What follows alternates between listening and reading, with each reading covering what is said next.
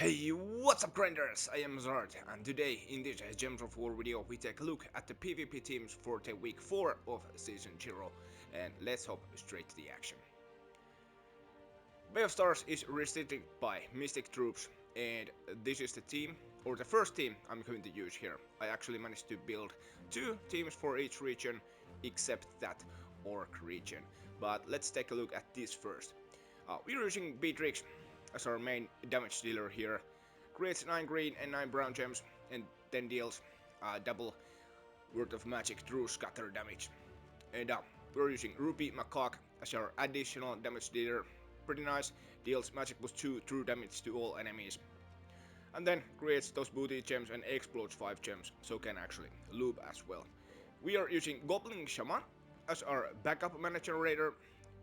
She creates 7 green gems and gains an extra turn, so when Beatrix maybe misses the loop, we can create those green gems, get an extra turn, and then match those extra turns on the board. And we are using Molkandesa, who starts empowered and converts yellow gems to green, just to get or help getting Beatrix going. Maybe we have an extra turn with the conversion at the start of the battle, and that helps keeps or get things going.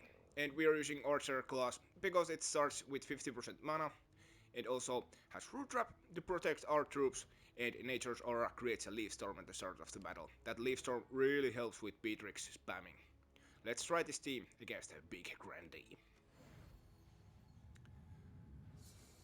Hopefully we have a yellow to green conversion right off the bat, but if we don't, then we just match some gems and get things going. Yellow to green. I think we don't have an extra turn, but I think if we do this. Oh, crap. There is one. Right. Do that, and now we can start the B spam. Now we could create those green gems. Yep, that helps getting Beatrix going. One more B cast, and then maybe this Ruby Macaque cast is enough to get rid of the enemies, except this one has a spell armor, so that's a bummer, but we keep it. They're pretty nice and fast team. And excuse me. Right, sorry about this loading times, there's nothing I can do this. Of course I could maybe edit the video, but I'm too lazy for that. You know me. Right, let's go check the teams. And there is another team idea for these Mystic troops. Here we are using again Ruby Macaque up top and Beatrix as our secondary damage dealer. And here is Kalika. Now if you have a couple of these, this is first of all pretty nice damage dealer, deals magic plus 4 damage to 4 random enemies, but the thing here is that Rising Star third rate, 50% chance to create an elemental star at the start of my turn. Now when you have a couple of these or even 3, this team can actually work pretty automatically. You don't have to do anything, and tada, your troops might be up because of those elemental stars that are spawned and generate mana for your troops. And for this I am using Titan class because it starts 50% mana, and we have Storm Aura and Rock Solid and Lightning Strike, and of course Fortitude can help in some situations. But let's try this team. Hope that the Kalika third rate triggers and we get some mana without doing anything. It's pretty nice team when it works, but of course it can stall a little bit. There are a couple elemental stars, let's take that first. And there our troops are up pretty nicely. So cast Ruby, and Ruby loops by himself. Another cast, and now we can get rid of the rest of the enemies by a third Ruby cast. There. It's pretty nice team when it works. Okay then. That's the Mystic restriction. Now just wait for the Loop of Doom to get away, and we can move to the Winter's Reach, which is restricted by Wargare allies this time. For this, I am using this kind of speed team. We're using Wand of Stars to create some elemental stars. We're using Phoenix to deal AoE true damage.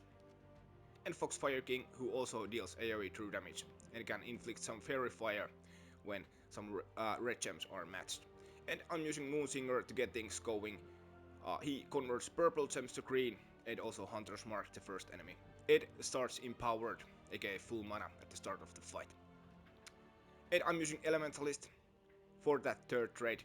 And of course, the Storm Aura and Thunder Fist are rock solid and Lightning Strike. All that helps when spamming these troops. Let's try this team. Usually you need maybe 3 AoE true damage casts. And that usually is a match. Do we have green to purple? We don't have extra turns, so maybe we... Oh, there's one. Let's do that. Green to purple. No, let's take that. And now we start spamming our true damage dealers are up. Let's do first AoE cast. Let's do another one. And then if you have purple to green, you can do that, or you can just spam your wand and do that needed last AoE true damage cost. Excuse me. Now, if you don't have these mythic troops and maybe even wand, you can try a little bit different approach. When we get chance to go to the chat and paste the teams. Jesus, I hate these circles. Right. That's a nice big grandee again. We have this kind of team idea here. With Todd Greenwood as our main star. Todd Greenwood deals magic plus 4 damage to an enemy and then creates 3 green gems boosted by Wargare allies and boost radius times 3. So if we have all of our troops, Wargare troops, we are going to loop pretty well with Greenwood. Again, we are using Moonsinger to get things going, purple gems to green to help getting Todd Greenwood up.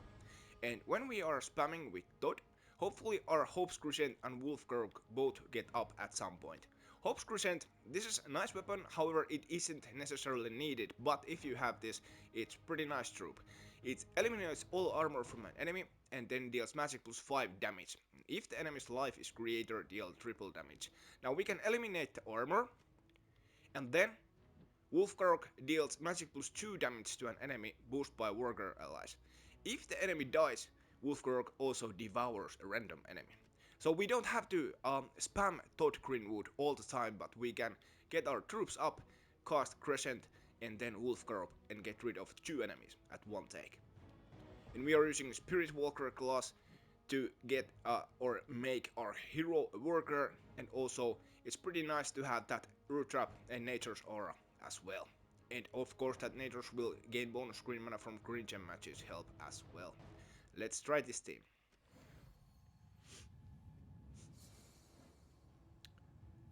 Purple to green at the start, if not then just get your Todd up. There is some extra turn, let's do that. Todd is up. Actually, everybody is up. Now we could do a cast on you. Right? Okay, we left a little bit of extra turn over there, and that was a bad move from my end. Let's do that, and now I think we are gonna do that as well. Now we cast Wolfgirl, and 2 of the enemies will be gone. Right?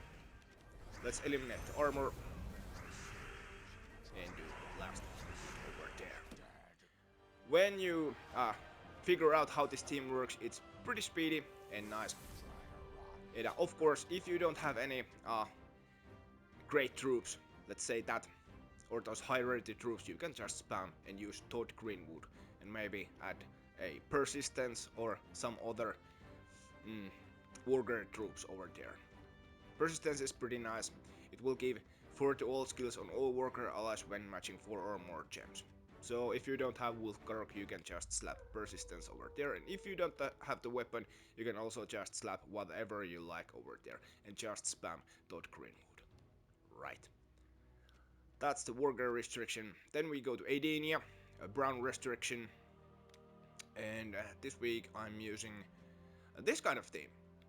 Again, using Wand of Stars as our mana generator, and I'm using the Grey King, who destroys all gems of chosen color, and all enemies of that color take pretty heavy true damage and are mana drained, silenced and frozen.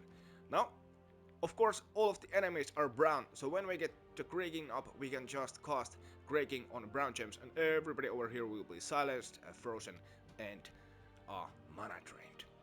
Phoenix is our backup damage dealer, again deals pretty nice AoE true damage, and Soothsayer is used to get our wand up right off the bat.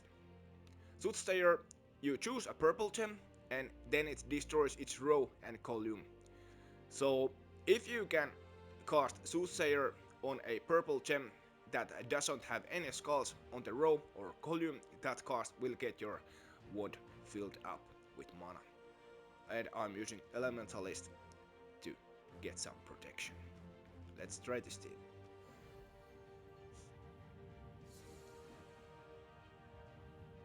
And if the row or column has some skulls, that's no biggie. Usually that will anyway get your troops up. I'm going to cast Soothsayer over here because this row over here will get an extra turn over there.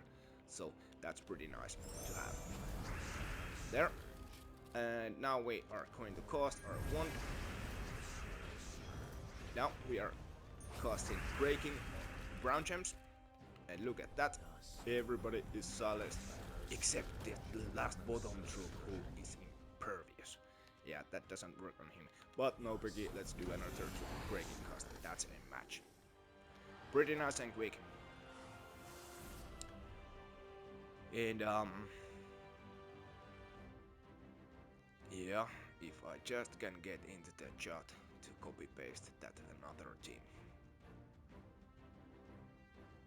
Yeah. There, finally.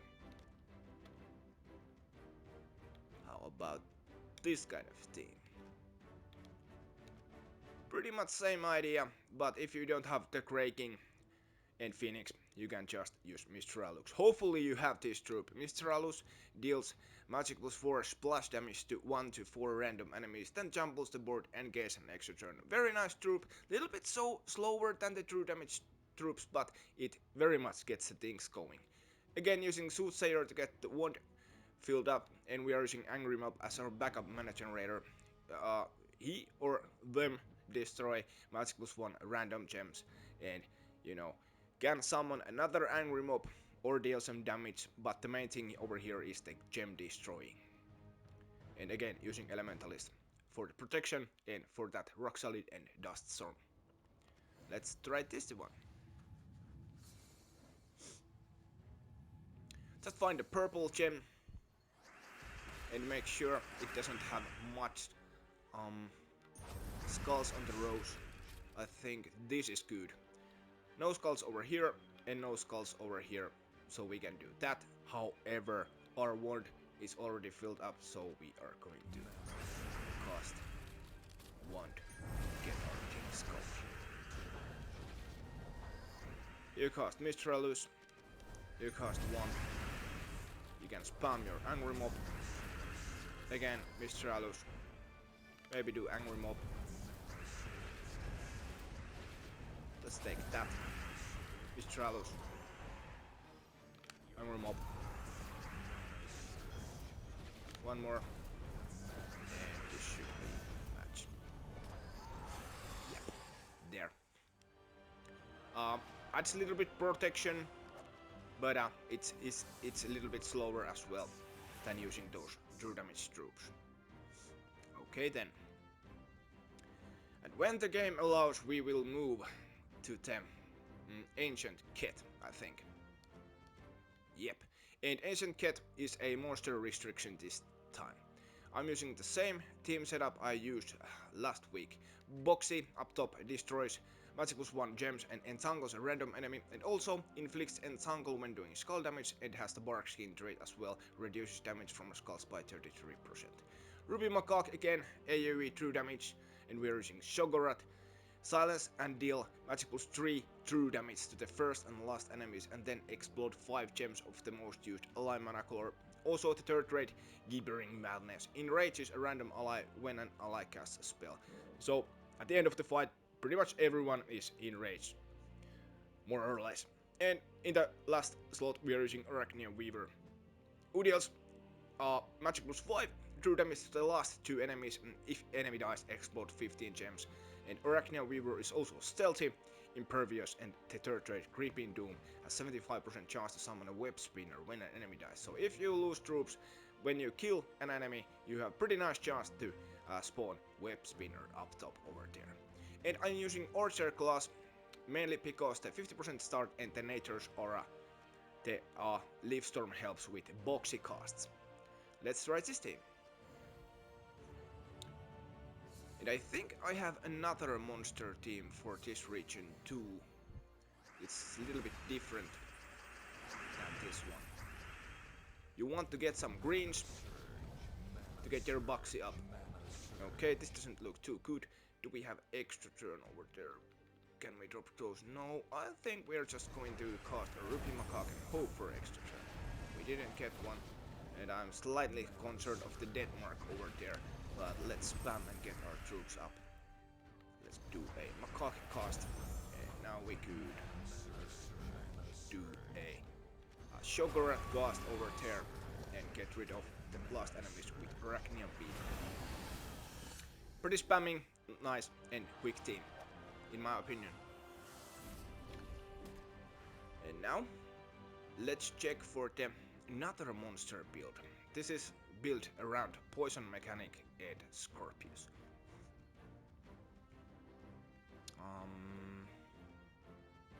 Come on game. There we are using this kind of setup. Again, we are using Boxy up top, and now we are using Wand of Stars as our another mana generator, and we are using Scorpius here as our main damage dealer. Scorpius deals pretty heavy damage to the last 2 enemies, and if any of the enemies or any of the 2 last enemies are poisoned, the damage is going to be lethal. Now, how to inflict the poison though? We are using Geheron for that. Geheron's Petrifying Venom, the third trait, poisons and stuns a random enemy when matching 4 or more gems. Now, there is a little bit of a problems with this setup over here if we are using it like this. I am using Titan to get a Dust Storm going, but there. However, as we are using Geheron here in the last position, that Song of Doom is going to trigger over the Dust Storm. So what we are going to do, we do this kind of thing. Now we just going to get Boxy up, and when we are using our hero here in the last position, that Dust Storm will overwrite the Doomstorm at the start of the battle. Right. Let's try this team. And maybe we can inflict some poison and do lethal shots with our Scorpius. This is a little bit slower than the other team, but pretty nice mechanics though. There is an extra turn, we do that. Do we have any more? Yes, there is something. Now it would be great to get Wand or Boxy up, and Wand is up, and now we cast oh shite. That wasn't great. Let's do that. And now one of the enemies, Centauri Warrior, is over there poisoned, but I think we are going to root for more poisons. Are you? Nope. Yeah. Let's do one cast. I would really like more of that poison, but apparently the game doesn't want to give it to me. Well, we do one cast, then we cast Boxy, then Wand. It would be really nice to get more of that poison, but I just realized that Medusa is actually impervious. So we have to deal with them. Some other ways. There's the poison, and now we can do the lethal shot over there. It's okay if you have low stats, when you can inflict the poison, whatever your global magic stats are, Scorpius is going to kill the enemies. But of course I'm going to prefer that true damage team, just because it is a lot faster. Okay then, we go over Geheron with blue troops. I think I'm using the same team I used last week, yes. This is a dragon build, again Wand of Stars up top, and then we are using Diamantina to deal very heavy AoE damage. Essentia gives 50% start to all dragon allies, and Venerator starts empowered and converts all red gems into yellow dragon gems. If you have a nice alignment, Venerators can single-handedly get your wand and Diamantina filled up with mana with just one cast. Let's go and try this team in practice. If you don't have Diamantina, you can use any of the other boss dragons if they are just blue, and it is going to work just fine. Wow, look at this! Woo! This is going to get a lot of mana for me. Red gems into yellow dragon gems, and it's going to be a boom! Yeah, baby. Take those extra turns. Now we do a Diamantina cast. Hopefully we can... Oh crap. That's something what happens when you have the yellow storm running. The wand misses from time to time. Let's try another. Yep, our Diamantina is up. One more cast. And should be enough. Yeah. There. And again, if you have those Kalikas, couple of those or even 3, you can do that kind of approach. Let's see if we can get into chat. How about this?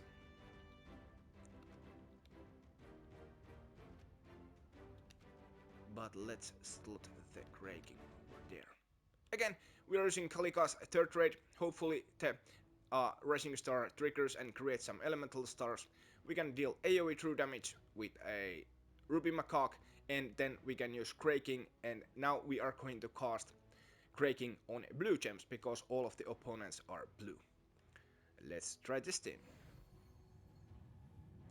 It seems I'm using Titan class, but of course you could use Elementalist if you like it that way. Okay, we didn't get any elemental stars, so just get your Macaque up. I think we don't have any here though. Let's take that skull. Now we take that. And now we are cooking.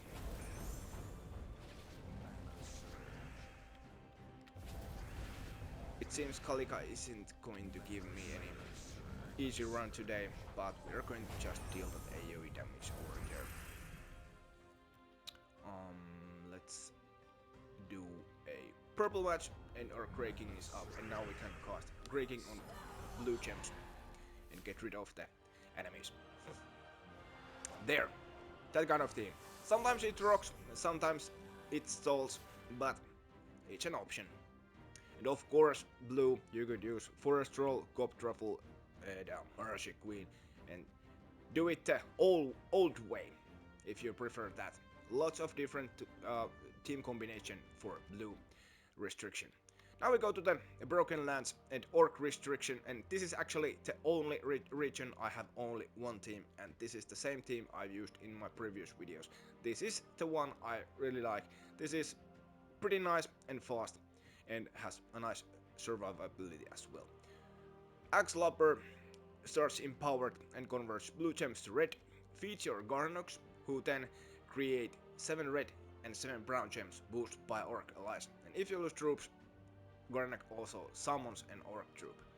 So basically we are spamming Garnox to generate mana to a Ruby Macaque, who will deal pretty nice AoE true damage here in these troops. Of course we are using Elementalist to add some protection, and also the Storm Aura helps a little bit to align those brown gems when we are casting our Garnox. Let's try this team. Yeah. If you know, or if you have a nice Orc team please let me know in the comments what you are using. Let's start spamming Gornox and deal that AoE true damage. If you're lucky, your Rupee Macaque can self-handedly loop after casts because of the dust storm like just happened. Now we can do the final blow over there. And against orcs, it's pretty nice to have that elementalist equipped because there are some troops that summon troops when you kill them. For example, the Drake Rider. It's pretty annoying when you do the last true damage but there is a Drake up top and you have to do your Macaque cost 3 times more. So the stun helps against that.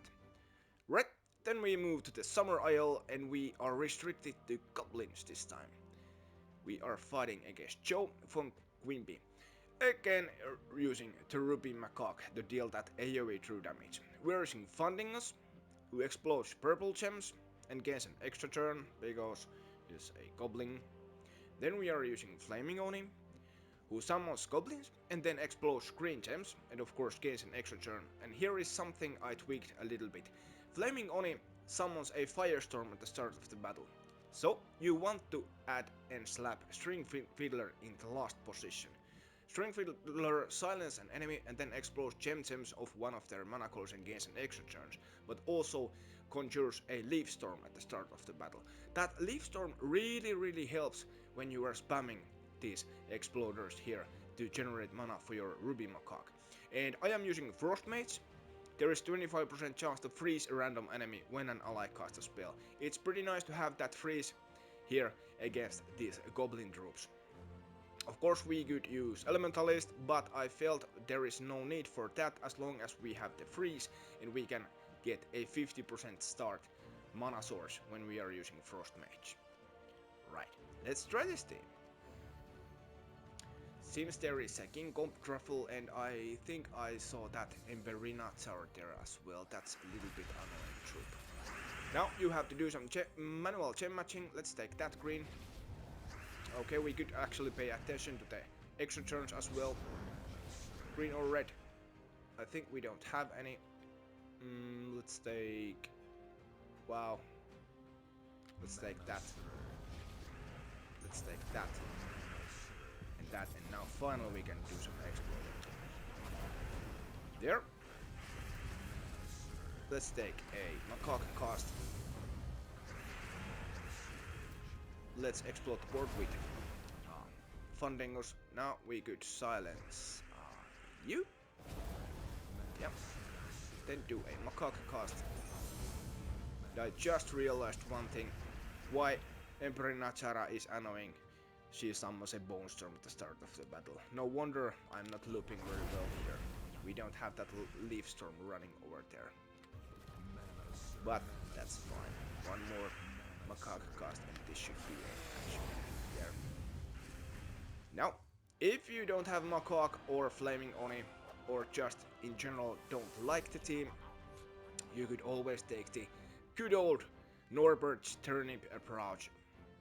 It's a little bit slower, but it gets the job done pretty nicely, regardless. There.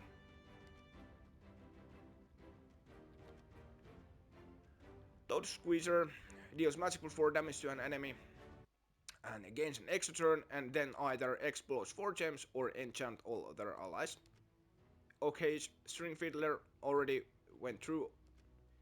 Norbert's Turnip deals damage to an enemy boosted by Goblin allies and then creates a mix of green and red gems for each Goblin ally. And we are using Thief class to make our hero Goblin so that we are using 4 Goblins in this team.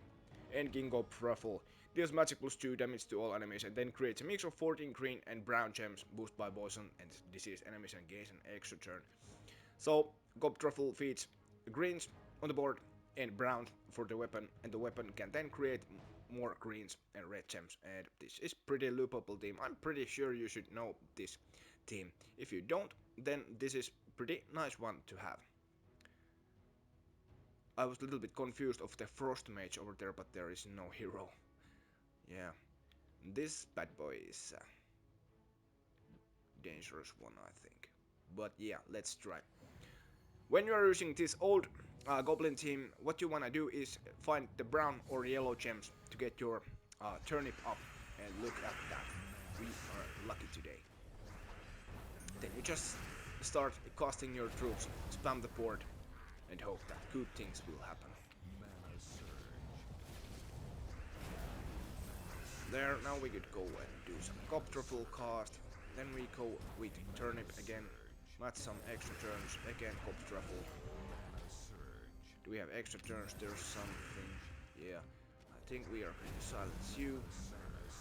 And again, turnip. And copter full. And turnip.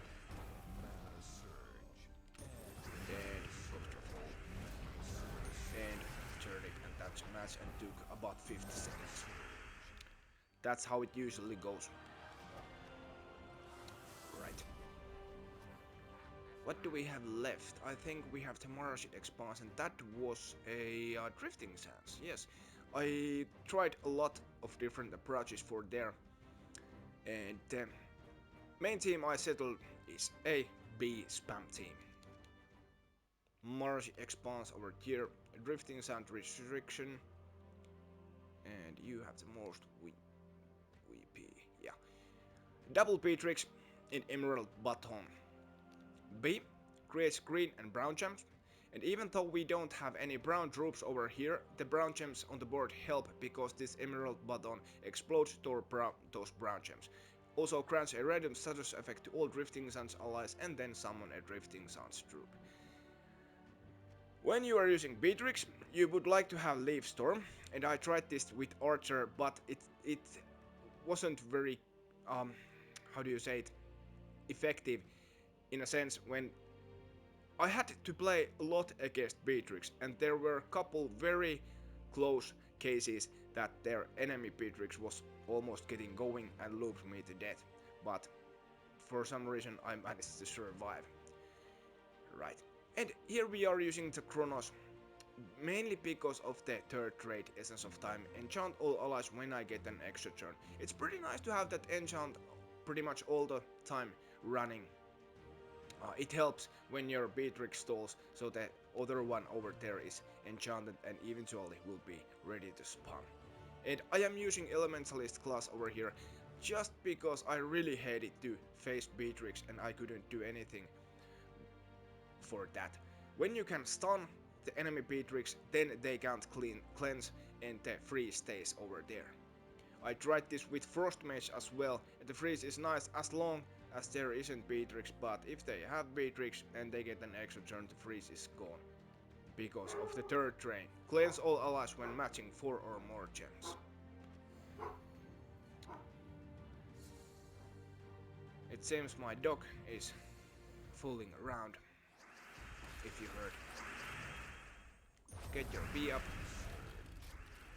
and start the spamming. Oh, that wasn't very good.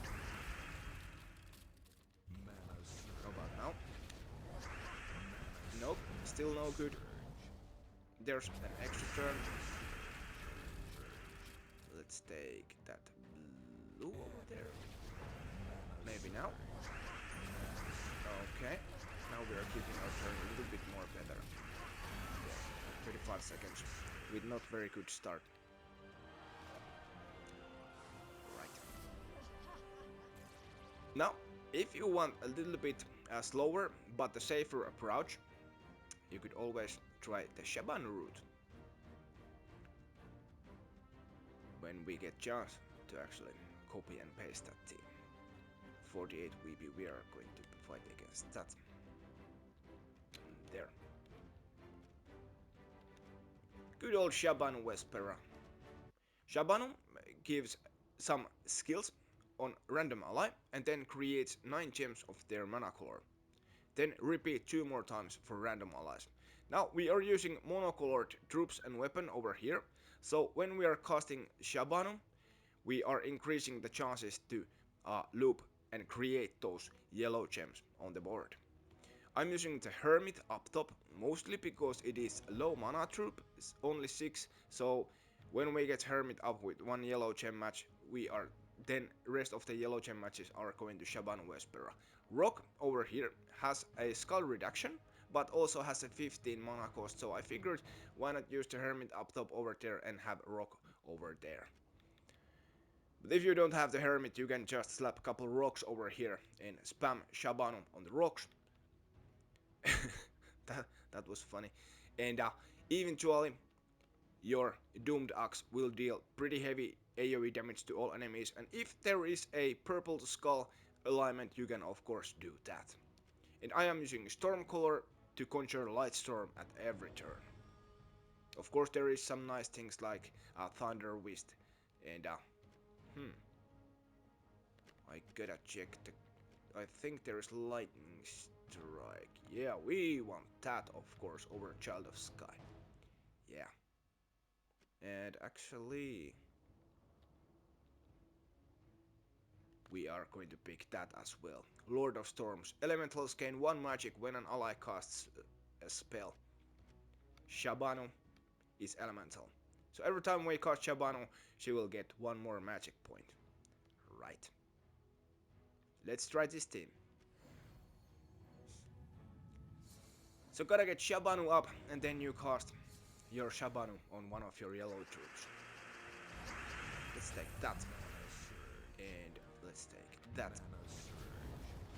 Then we take that. And that. And that. And now hopefully we can keep our turn. Nice. Now we're rocking. If you have skulls on the board with purple alignment, you are going to do that, but now we don't. There is an extra turn, so let's cast our Doomed Axe, convert purple gems to Doom Skulls, and deal AoE damage to all enemies. There, first one is gone. Purple, nope. Let's take that extra turn. Nope. Let's cast Shabanu. And again. And again. And one more time. 124, that is not enough, but I think I'm going to do it anyway. Yeah, that's a match. Forgot to check the time. I think this is pretty nice team, and it is an option for the double P if you like it that way. Okay then, and we are left with the purple, I think. Southwild is restricted with purple troops. Yes. Against Furious Pete. Here I don't even have my hero. We're using Leprechaun to get things going, starts empowered and explode green gems. We're using Troll up top, destroys magic plus 4 gems, gains bonus purple mana from purple gem matches. We're using Diamantina to deal heavy AoE damage, and we're using Emetilias as our backup damage dealer, who also summons a Dark Storm at the start of the battle, and also gives 2 magic to all purple allies when matching purple gems. Right, cast Leprechaun, spam Troll if needed, and deal AoE damage with these dragons. Very quick team, of course. If you don't have Diamantina or that Emetilias, I have a backup team for those cases. Wow. Who summoned a Bone Storm? Oh! What are you doing there? Okay, now gotta keep an eye on the board a little bit more. We don't wanna get pummeled by that enemy. Diamantina. Purple there. Let's spam the board and do another Diamantina cast. There. Okay. This is the team I'm using. It's very fast and usually works. And let's check the other purple team when I just get the chance to get into the chat. Oh, I really hope they do something for this loading time. These are ridiculous. Yeah. Good old Venexia. Again, getting Leprechaun to get things going, and we're using Archer class to start battles with 50% mana, and for the root trap and Nature's Aura, Hopefully the Leaf Storm helps getting Venoxias up, and then you can loop with Venoxias, and the green gems feed back to Venoxia, and the blue gems go to the weapon. And Venoxia of course deals magic plus 4 true damage to all enemies. And if you lose troops, you can then explode green gems and summon elemental troops, and also the weapon has that entangle, the tangling upgrade, and also the leaf upgrade that creates a leaf storm. If the fight somehow stalls, you can resummon the leaf storm, which helps Venoxia casts. Let's try this team. And we're fighting against Venoxia. What is happening? Okay. Let's explode the board. Oof. Let's take that one. I'm a little bit worried to cast my Venoxia because the enemy is over there and almost ready to go. But I guess we have to. Wow, this was actually pretty easy one. Right. Venoxias get the job done just fine as well. Okay. And maybe I show you the Central Spire team as well. It's the same team I happen to use every week, but if I'm being honest, I don't really play the Central Spire. I just chase the bonus regions.